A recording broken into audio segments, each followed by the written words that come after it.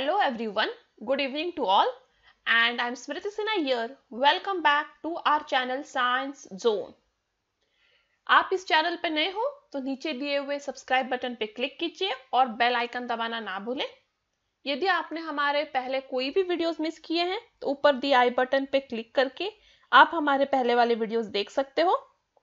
हमारे साथ Telegram group पे जुड़ने के लिए, जहां आपको हर एक चैप्टर के डिटेल नोट्स विद टेस्ट के लिंक्स, क्वेश्चन पेपर्स और लेटेस्ट नोटिफिकेशन और न्यूज भी मिलेंगे। उधर आपको जुड़ना है तो एक लिंक दिया है डिस्क्रिप्शन में, उस पर क्लिक करके आप हमारे साथ टेलीग्राम पे जुड़ सकते हो। और आज जो हम इस वीडियो में टॉपिक पढ़ने वाले हैं वो है origin and evolution of life. ये टॉपिक नंबर 5 है from Maharashtra state board syllabus standard 12th biology से। आज इस टॉपिक को हम फर्स्ट टाइम शुरू कर रहे हैं, तो हम देखते हैं इस टॉपिक से रिलेटेड हमें क्या सब पॉइंट्स कवर करने हैं। तो वो है origin of life, chemical evolution of life, organic evolution, Darwinism, mutation theory, modern synthetic theory of evolution, mechanism of organic evolution, Hardy Weinberg's principle, adaptive radiation, evidences of organic evolution, speciation and geological timescale, human evolution, जिसमें से आज हम first 2 points cover करेंगे आज इस video में, और आने वाले वीडियो में हम एक एक करके सारे सब पॉइंट्स कवर करेंगे। तो चलिए शुरू करते हैं आज पहले सब पॉइंट से, जो है ओरिजिन ऑफ लाइफ। तो जो लिविंग मैटर होते हैं वो एक्चुअली उनमें ये कैरेक्टर्स दिखते हैं, जैसे कि responsiveness, growth, metabolism, energy transformation and reproduction. तो लिविंग ऑर्गेनिज्म में यदि ये 5 प्रॉपर्टीज दिख रहे हैं तो मतलब वो लिविंग ऑर्गेनिज्म है। तो जो ये ओरिजिन ऑफ लाइफ है, ये हमेशा से साइंटिस्ट के लिए एक बहुत बड़ा क्वेश्चन रहा कि इस अर्थ पे लाइफ कहां से शुरू हुआ, और लाइफ जो है वो अर्थ पे ही शुरू हुआ या कहीं और से शुरू हुआ, किसने ये सब बनाया और क्यों। और इसके बेसिस पे बहुत सारे थियरीज, अनगिनत रिएक्शंस, अनगिनत एक्सपेरिमेंट्स किए गए हैं ये जानने के लिए लाइफ कहां से ओरिजिनेट हुआ है अर्थ सरफेस पे। इनमें से कुछ थियरी है जिन्हें साइंटिफिक प्रूफ है, उनमें से कुछ ऐसे भी थियरीज हैं जिन्हें साइंटिफिक प्रूफ नहीं है। आज हमारे पास बहुत सारे टेक्नोलॉजीज है, बायोकेमिस्ट्री है, देन केमिस्ट्री है, बायोलॉजी है, फिजिक्स है और बहुत सारे और भी इंस्ट्रूमेंट्स हैं। स्टिल आज तक हम ठीक से नहीं पता लगा सके कि लाइफ कैसे, कब और क्यों ओरिजिनेट हुआ। उनमें से कुछ थियरीज ये हैं। जो सबसे पहला थियरी है वो है थियरी ऑफ स्पेशल क्रिएशन। ये थियरी सबसे पुराना थियरी में से एक है, और इस थियरी के हिसाब से जो कोई साइंटिफिक प्रूफ नहीं है, ठीक है, लाइफ ओरिजिनेट होने का। इस थियरी का ऐसा कहना है कि ये थियरी पूरी तरह जो है रिलीजियस बिलीफ पे है, मतलब भगवान पे है, कि कोई सुपर नेचुरल पावर, गॉड, भगवान, जो भी आप कह ले, ऐसा कोई सुपर नेचुरल पावर था जिसने जो है अर्थ पे आके लिविंग ऑर्गेनिज्म या लाइफ को क्रिएट कर दिया। इसका कोई साइंटिफिक प्रूफ नहीं है, और ये जो है सिर्फ एक मान्यता वाली थियरी है। नेक्स्ट है कॉस्मोजिक थियरी। कॉस्मोजिक थियरी या थियरी ऑफ पैंसपर्मिया, इस थियरी के हिसाब से जो लाइफ है वो अर्थ पे बना ही नहीं है, मतलब जो फर्स्ट लिविंग ऑर्गेनिज्म था वो अर्थ पे था ही नहीं कभी, वो एक्चुअली दूसरे प्लैनेट से आ गया अर्थ के ऊपर। किस फॉर्म में आया होगा, स्पोर के फॉर्म में या फिर माइक्रो ऑर्गेनिज्म के फॉर्म में, जिसे हम कॉस्मोजिया या पैंसपर्मिया कहेंगे। ठीक है, तो ऐसा कहना है लोगों का, मतलब जो इन्होंने ये थियरी बनाया है कि कॉस्मोजिया या पैंसपर्मिया एक ऐसे चीज थे जो स्पोर्स या माइक्रो ऑर्गेनिज्म थे, जो दूसरे प्लैनेट से अर्थ पे आ गए और फिर धीरे धीरे डेवलप होके आज अर्थ पे ऐसा लाइफ है। नासा ने रिसेंटली कुछ फॉसिल्स बैक्टीरिया के पाए हैं जो एक पीस ऑफ मार्टिनियन रॉक्स है जो अंटार्कटिका पे मिला है, जिससे इस थियोरी में थोड़ा सा साइंटिफिक प्रूफ मिला है। नेक्स्ट है theory of spontaneous generation, abiogenesis. इस थियोरी के हिसाब से लाइफ जो है नॉन लिविंग मटेरियल से बना है। ये थियोरी जो है डिसअप्रूव्ड कर दिया गया था बाय लुईस पैश्चर। नेक्स्ट है थियोरी ऑफ बायोजेनेसिस।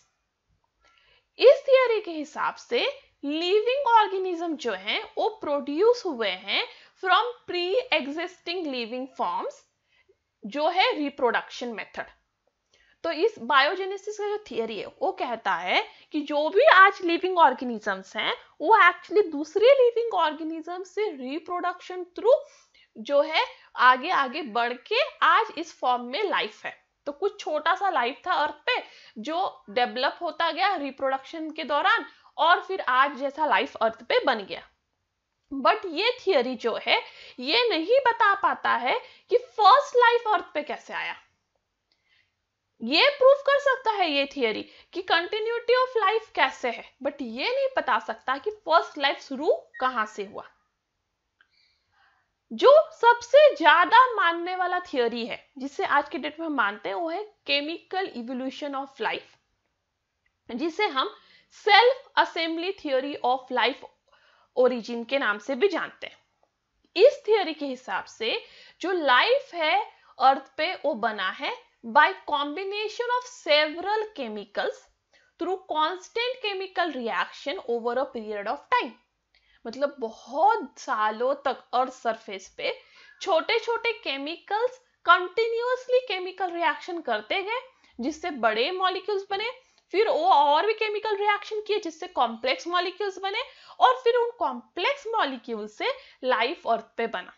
ये कहता है chemical evolution of life theory. इस थियोरी के हिसाब से सेल्फ असेंबली हुआ है लाइफ का, या फिर इस थियोरी को और भी कहा जाता है कि self assembly theory of origin of life या बायोकेमिकल ओरिजिन ऑफ लाइफ। अब ये थियोरी जो है वो दिया था हैकेल ने और उसे फर्दर डेवलप किया था रशियन साइंटिस्ट अलेक्जेंडर 1924 में और ब्रिटिश बायोलॉजिस्ट हेल्डेन 1929 में। अब ये जो chemical evolution of life theory है वो इस तरह से है, मतलब इन स्टेप्स में है। पहला है origin of earth and primitive atmosphere.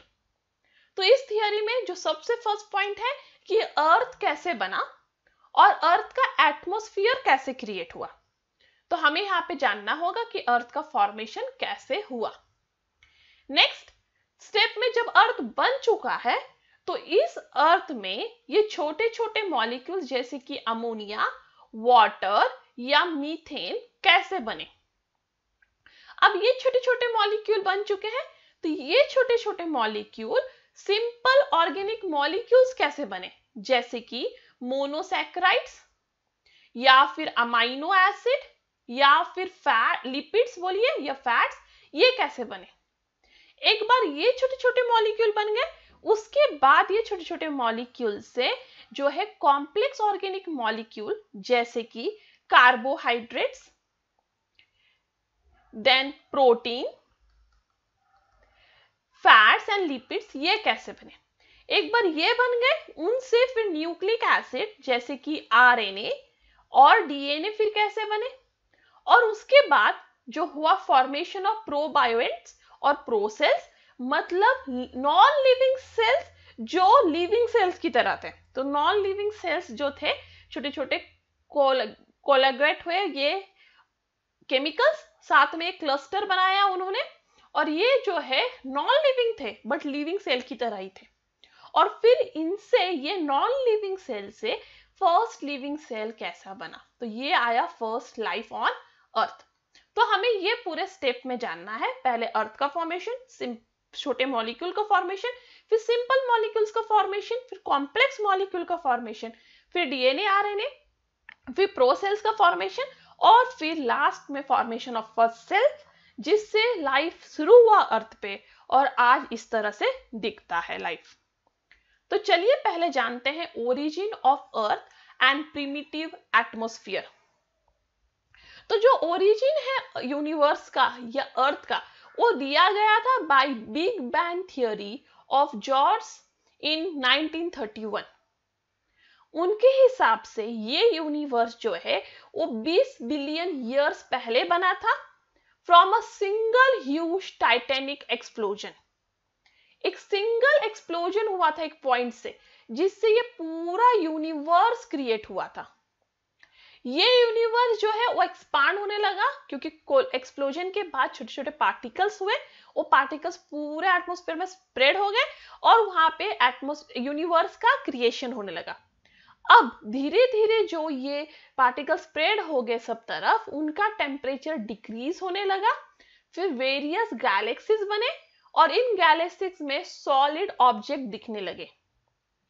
उनमें से एक एग्जाम्पल है मिल्की वे, जो हमारा गैलेक्सी है, जिसमें सोलर सिस्टम है सॉलिड फॉर्म में, और ये सोलर सिस्टम मिल्की वे का एक पार्ट है, जो मिल्की वे बना है इससे बिग बैंग थियोरी के एक्सप्लोजन से।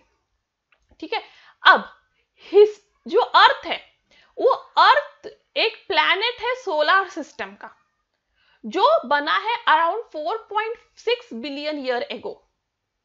जब अर्थ बना था तब अर्थ एकदम हॉट गैस का गोला था, बहुत ही गर्म गैस का एकदम गोला, जिसके अंदर बहुत सारे हॉट गैसेस जस्ट रिवॉल्व हो रहे थे। उसमें बहुत सारे कॉस्मिक डस्ट भी थे और इसको हम कहते थे नेब्यूला। फिर धीरे धीरे ये सरफेस जो है नेब्यूला का, वो कंडेंस होने लगा, कूल होने लगा, वहां स्टारिफिकेशन होने लगा, जिसके वजह से हेवियर एलिमेंट जो हैं जैसे कि निकेल, आयरन, वो नीचे की तरफ मूव होने लगे, मतलब वो अर्थ के कोर की तरफ जाने लगे। और जो लाइटर एलिमेंट्स हैं जैसे कि helium, hydrogen, nitrogen, oxygen, carbon, वो ऊपर की तरफ मूव होने लगे। तो जो ये अर्थ था हॉट गैस का गोला, वो धीरे धीरे कूल हो रहा था। कूल होते समय जो हेवियर एलिमेंट्स थे निकल और आयरन नीचे की तरफ मूव हुए, दैट इज कोर की तरफ, और जो helium, hydrogen, nitrogen, oxygen, carbon lighter थे, वो ऊपर ही सरफेस पे मूव होने लगे और उन्होंने फॉर्म किया एटमॉस्फेयर ऑफ अर्थ। तो अर्थ का एटमॉस्फेयर किससे बना था? लाइटर एलिमेंट जैसे कि हीलियम, हाइड्रोजन, नाइट्रोजन, ऑक्सीजन और कार्बन से। तो जो प्रीमिटिव एटमॉस्फेयर था, मतलब जो स्टार्टिंग का एटमॉस्फेयर था अर्थ का, वो आज के एटमॉस्फेयर से बिल्कुल ही डिफरेंट था और रेड्यूसिंग नेचर का था, क्योंकि वहां पे फ्री ऑक्सीजन नहीं था। तो ये है बिग बैंग थियरी के हिसाब से कि यहाँ पे जो है एक बहुत बड़ा एक्सप्लोजन हुआ, जिससे वो पार्टिकल्स पूरे तरफ फैल गए, फिर ये कूल डाउन होने लगे, उन्होंने बहुत सारे गैलेक्सीज बनाए। उनमें से एक गैलेक्सी है हमारा मिल्की वे, और मिल्की वे में जो हमारा सोलर सिस्टम है, और फिर सोलर सिस्टम में हुआ अर्थ का क्रिएशन। नेक्स्ट स्टेप था formation of ammonia, water and methane. तो अब तक हमने देखा है कि अर्थ के सरफेस पे जो हेवियर एलिमेंट्स है जैसे कि निकेल और आयरन नीचे की तरफ चले गए, और उसके एटमॉस्फेयर में रह गया hydrogen, carbon, oxygen, sulphur, correct.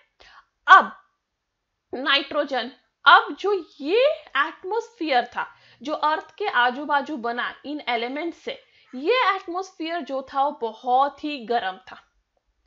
धीरे धीरे एटमॉस्फेयर कूल होने लगा।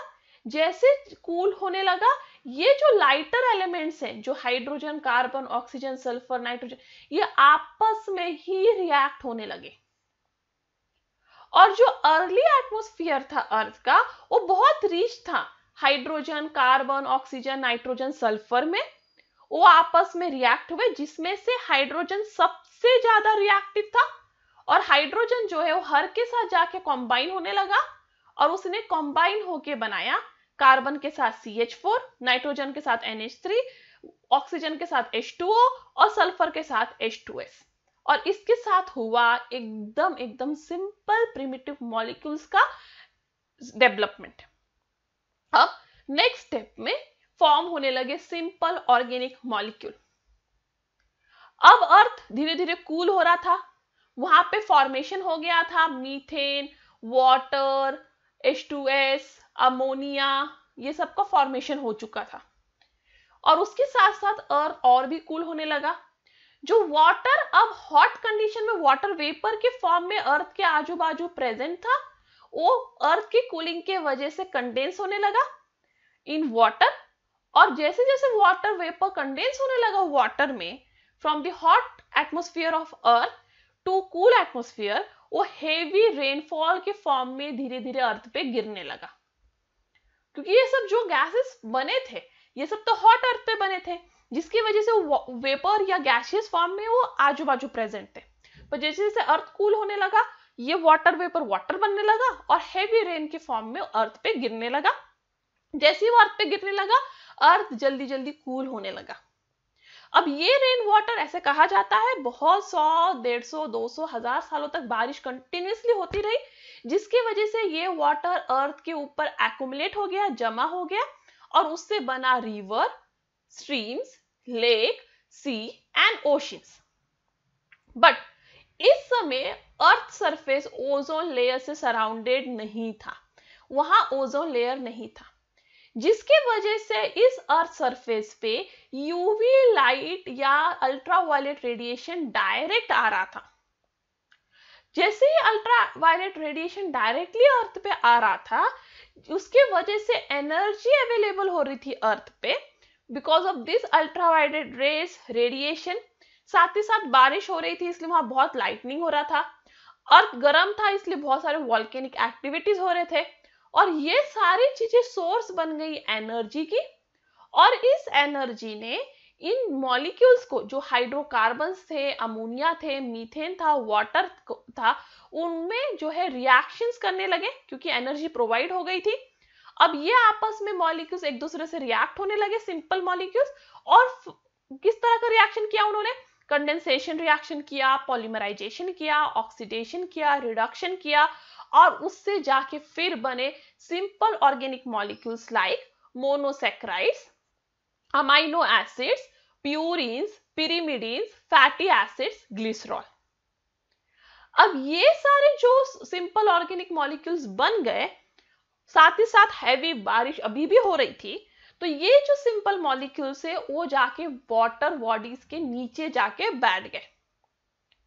और हेल्डेन साइंटिस्ट का ऐसा कहना था कि वाटर बॉडी में जो ये सिंपल मॉलिक्यूल्स जो नीचे जाके बैठ चुके थे, वो वाटर बॉडी का पूरा बॉडी को उन्होंने ऐसा कहा कि वो हॉट डाइल्यूट सूप था। क्योंकि वाटर बॉडी अभी भी गर्म था, क्योंकि अर्थ का सरफेस पूरी तरह कूल नहीं हुआ था। डाइल्यूट था क्योंकि ये जो भी बने थे सिंपल मॉलिक्यूल्स बहुत कम अमाउंट में बने थे, जो ये बहुत ज्यादा पानी में नीचे जाके बैठ गए थे, इसलिए इसे कहा गया हॉट डाइल्यूट सूप या प्रिमिटिव ब्रोथ। ब्रोथ मतलब एक ऐसा एनवायरनमेंट जिसमें माइक्रो ऑर्गेनिजम्स को ग्रो किया जाता है, उनको उनका जनरेशन आगे बढ़ाया जाता है, उनका पॉपुलेशन बढ़ाया जाता है। प्रिमिटिव ब्रोथ मतलब स्टार्टिंग वाला ब्रोथ बना के, ठीक है।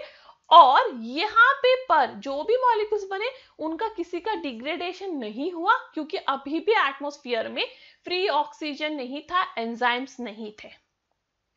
अब ये सिंपल ऑर्गेनिक मॉलिक्यूल्स जो है कॉम्प्लेक्स ऑर्गेनिक मॉलिक्यूल्स में कन्वर्ट होने लगे। तो जो प्रिमिटिव ब्रोथ था वो न्यूट्रल था, क्योंकि उसमें प्योर वाटर था, उसमें फ्री ऑक्सीजन नहीं था, जिसकी वजह से वहां पॉलीमराइजेशन होने लगा, डिग्रेडेशन नहीं हो सकता था। पॉलीमराइजेशन किनका हुआ? जो सिंपल ऑर्गेनिक मॉलिक्यूल्स उसके अंदर जाके बैठ गए थे। ये सिंपल ऑर्गेनिक मॉलिक्यूल्स एग्रीगेट होने लगे, मतलब आके साथ में वो कॉम्प्लेक्स मॉलिक्यूल बनाने लगे। जैसे कि मोनोसैकेराइड ने बनाया पॉलीसैकेराइड, फिर फैटी एसिड्स ने बनाया फैट, अमाइनो एसिड ने बनाया प्रोटीन्स, और बाकी के जो छोटे छोटे और मॉलिक्यूल्स उन्होंने आके बनाया nucleosides and nucleotides. Polymerization of amino acid ने बनाया प्रोटोप्रोटीन्स, जिसने फर्दर जाके बनाया प्रोटीन्स। जैसे ही प्रोटीन मॉलिक्यूल बना, ओरिजिन ऑफ लाइफ का छोटा सा आशा दिखने लगा, क्योंकि प्रोटीन्स के फॉर्म में आए एंजाइम्स, और एंजाइम्स से जो भी ये केमिकल रिएक्शंस हो रहे थे आज तक, उसका रेट बढ़ा दिया। नेक्स्ट हुआ फॉर्मेशन ऑफ न्यूक्लिक एसिड्स। तो सबसे पहले बना न्यूक्लियोटाइड। न्यूक्लियोटाइड किससे बना? न्यूक्लियोटाइड बना with reaction of phosphoric acid plus sugar plus nitrogenous base. तो ये phosphoric acid, sugar, nitrogenous base जैसे कि प्यूरिन्स, पिरिमिडिन्स पहले ही सिंपल ऑर्गेनिक मॉलिक्यूल में बन चुके थे, ये आपस में आके रिएक्ट हुए और बनाया न्यूक्लियोटाइड्स। बहुत सारे न्यूक्लियोटाइड साथ में आके जुड़े और बनाया nucleic acid in the form of RNA and DNA. Nucleic acid का ये खासियत था कि वो सेल्फ रेप्लिकेटिंग था, मतलब वो खुद को खुद जैसा ही कॉपी बना सकता था, जिससे fundamental property of living form बना। मतलब कोई भी लिविंग ऑर्गेनिज्म बनेगा वो खुद की ही कॉपी वापस बना पाएगा बिकॉज ऑफ न्यूक्लिक एसिड जो आरएनए और डीएनए बने। नेक्स्ट था फॉर्मेशन ऑफ प्रोटोबायोंट्स और प्रोसेल। जो न्यूक्लिक एसिड थे वो कुछ इनऑर्गेनिक और ऑर्गेनिक मॉलिक्यूल के साथ जो है कंबाइन होने लगे और उन्होंने बनाया फर्स्ट फॉर्म ऑफ लाइफ, जिसे हम कहेंगे प्रोटोबायोंट्स। प्रोटोबायोंट जो थे वो प्रीबायोटिक केमिकल एग्रीगेट्स थे जिनमें कुछ प्रॉपर्टीज ऑफ लिविंग सिस्टम था। तो एक्चुअली प्रोटोबायोंट्स जो नॉन लिविंग थे, ठीक है, वो बने थे बहुत सारे केमिकल का साथ में आके क्लस्टर बनने की वजह से। एग्रीगेशन मतलब एक क्लस्टर जैसे बन गए, बहुत सारे केमिकल साथ में आके ऐसे, ठीक है। बट उनमें प्रॉपर्टीज थे लिविंग सिस्टम जैसे, नॉन लिविंग होके भी उनमें क्या प्रॉपर्टीज थे? लिविंग सिस्टम जैसे, ठीक है। प्रोबायोंट्स जो थे वो फॉर्म हुए ड्यू टू कोएसर्वेशन। कोएसर्वेशन मतलब छोटे छोटे सिंपल मॉलिक्यूल साथ में आके एक जो है क्लस्टर जैसे, एग्रीगेशन जैसे ऑर्गेनिक मॉलिक्यूल के बना लिए, और इसे हम कहेंगे कोजर्वेशन। ओपेरिन ने 1924 में कोजर्वेट्स और सिडनी फॉक्स ने उन्हें नाम दिया प्रोटियोनॉइड्स और माइक्रोस्पियर। कोजर्वेट्स जो है इस तरह से हैं, जो बहुत सारे छोटे छोटे मॉलिक्यूल साथ में आके एग्रीगेट होते हैं, क्लस्टर बनाते हैं, और उन्हें हम कहते हैं कोजर्वेट्स।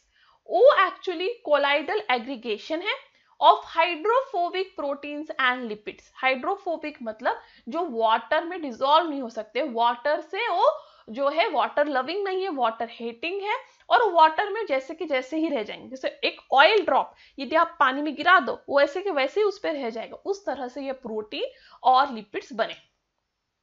कोजर्वेट्स जो है वो धीरे धीरे साइज में बड़े होने लगे क्योंकि उन्होंने सराउंडिंग से और भी मटेरियल लेने लगा। तो पहला कोजर्वेट बना थोड़े से मॉलिक्यूल के साथ आने से, फिर उसके सराउंडिंग वाटर में और भी वैसे मॉलिक्यूल्स थे तो उनको भी वो अपनी तरफ खींच के और थोड़ा बड़ा हुआ, और धीरे धीरे वो ऐसे बड़ा हो गया।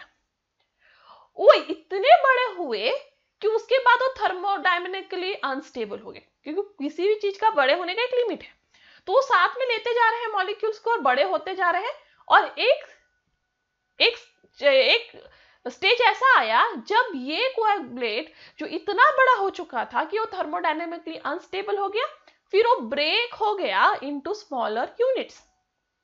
आप इसे कंपेयर कर सकते हो डॉटर सेल्स ऑफ बर्डिंग ऑर्गेनिज्म में।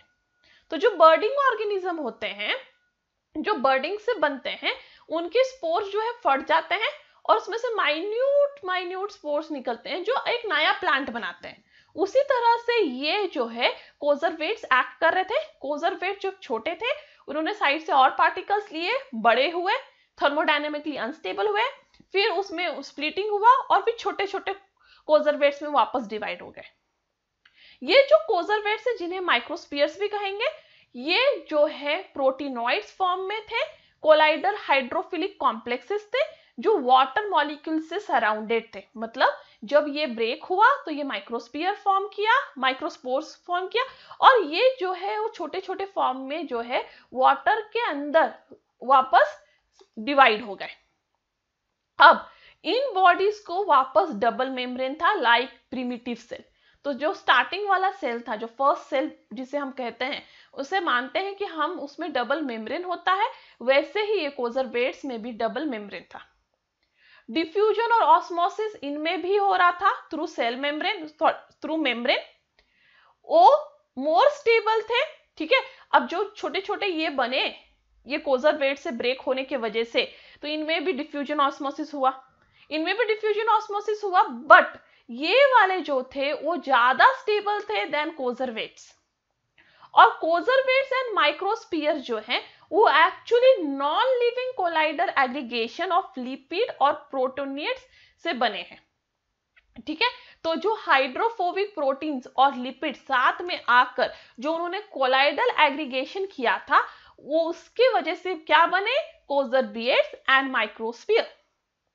और इनमें जो है ये भले ही नॉन लिविंग हो, ये सारे कोजरवेट्स और माइक्रोस्फीयर जो नॉन लिविंग है, बट स्टिल उनमें कुछ basic property of living organism था, जैसे कि उनमें डबल मेम्ब्रेन था, उनमें ऑस्मोसिस हो रहा था, उनमें डिफ्यूजन हो रहा था, और स्मॉल सेल्स में ब्रेक डाउन हो रहे थे। और इन कोलाइडल एग्रीगेशन ने जो है टर्न किया first primitive living system called eubionts या प्रोटोसेल में। तो ये कहा जाता है कि ये केमिकल का जो एक क्लस्टर था, जो बनते जा रहा था, टूटते जा रहा था, बनते जा टूटते जा रहा था, उसमें कुछ प्रॉपर्टीज लिविंग सेल के आ गए, जिसकी वजह से वो धीरे धीरे जो है फर्स्ट प्रिमिटिव लिविंग सेल में डेवलप हुआ। और उस फर्स्ट प्रिमिटिव लिविंग सेल को हम जानते हैं यूबियोइट के नाम से या फिर प्रोटोसेल के नाम से। फिर फॉर्मेशन हुआ फर्स्ट सेल का। इस फर्स्ट सेल में था आरएनए और डीएनए सिस्टम, जो धीरे धीरे डेवलप हुआ था प्रोटोसेल के अंदर, और फिर वो बनने लगा बैक्टीरिया और वायरसेस के फॉर्म में। यहाँ पे बहुत सारे मेटाबॉलिक एक्टिविटीज भी रेगुलेट हो रहे थे। जो फर्स्ट सेल था वो एनाएरोबिक था, क्योंकि वो ऑक्सीजन नहीं लेता था, वो हेट्रोट्रॉपिक था और ऑब्टेन करता था energy in the form of chemo heterotrophic processes. तो इस तरह से फर्स्ट लाइफ आया अर्थ सरफेस पे। तो आपको याद रखना होगा कि बिग बैंग थियरी के हिसाब से जो फर्स्ट एक्सप्लोजन हुआ उससे बना यूनिवर्स, यूनिवर्स में बना मिल्की वे, मिल्की वे में बना सोलर सिस्टम, सोलर सिस्टम में आया हमारा अर्थ। अर्थ एकदम गर्म आग का गोला है, फिर वो धीरे धीरे कंडेंस हुआ, उसमें जो लाइटर एलिमेंट्स है ऊपर की तरफ गए, एटमॉस्फेयर बनाया, हेवियर एलिमेंट्स अर्थ कोर पे गए, जो लाइटर एलिमेंट्स हैं उन्होंने आपस में रिएक्ट होके सिंपल मॉलिक्यूल्स बनाए, फिर रेन हुआ बहुत ज्यादा, फिर जो सिंपल वाटर मॉलिक्यूल जो वाटर वेपर के फॉर्म में था वो वाटर के फॉर्म में अर्थ सरफेस पे आया, अर्थ को कूल किया, और फिर वहां पे रिएक्शंस भी होने लगे। फिर उन्होंने सिंपल ऑर्गेनिक मॉलिक्यूल बनाया, जैसे कि monosaccharide, proteins, sorry amino acids, lipid and many more. फिर उसके बाद ये सिंपल मॉलिक्यूल्स आपस में रिएक्ट होकर कॉम्प्लेक्स मॉलिक्यूल्स बनाए। मोनोसैकेराइड ने बनाया पॉलीसैकेराइड, अमीनो एसिड ने बनाया प्रोटीन, फिर फैटी एसिड ने बनाया फैट्स, और इस तरह से और भी जो है मॉलिक्यूल्स कॉम्प्लेक्स बनने लगे। उसके बाद आया formation of your nucleic acid, that is RNA and DNA, जो स्टार्ट हुए बनने से न्यूक्लियोटाइड के। एक बार ये सब बन चुके थे, ये सारे केमिकल जो है हॉट वाटर के नीचे थे, जिसे हम प्रिमिटिव ब्रोथ कहेंगे। अब इसके अंदर ये सारे प्रेजेंट थे जो आपस में क्लस्टर फॉर्म करने लगे, एग्रीगेट होने लगे, और उन्होंने फॉर्म किया था वहां पे कोएसर्वेशन। ये कोएसर्वेशन ने क्या किया, ये जो है बड़ा होता गया, क्योंकि वो क्लस्टर था छोटे छोटे मॉलिक्यूल्स का, जो आजू बाजू से और मॉलिक्यूल्स को कलेक्ट करता था, बड़ा होता था, और फिर ब्रेक होके माइक्रोस्फीयर में कन्वर्ट होता था। ये माइक्रोस्फीयर में लिविंग सेल जैसे प्रॉपर्टीज आने लगे, और फिर धीरे धीरे वो फर्स्ट लिविंग सेल में कन्वर्ट हुआ, जिसे हम यूबायोन्ट्स कहेंगे। और जो फर्स्ट लिविंग सेल है उसमें धीरे धीरे डेवलपमेंट हुआ of RNA and DNA system, फिर वो वायरस और बैक्टीरिया की तरह दिखने लगा, उसमें मेटाबॉलिक एक्टिविटीज होने लगे, उसमें एनर्जी का प्रोसेस जो शुरू हो चुका था, और इस तरह से फर्स्ट लाइफ अर्थ पे आया। And that's all for today. Thank you. If you have any doubt, any comment, any suggestion, you are free to do that on askyourdoubt04@gmail.com. If you like my video, give me a thumbs up, share this video to more and more of your friends. और जाने से पहले We don't kill time. We just sit around as time killers. And that's all for today. Thank you. Stay tuned.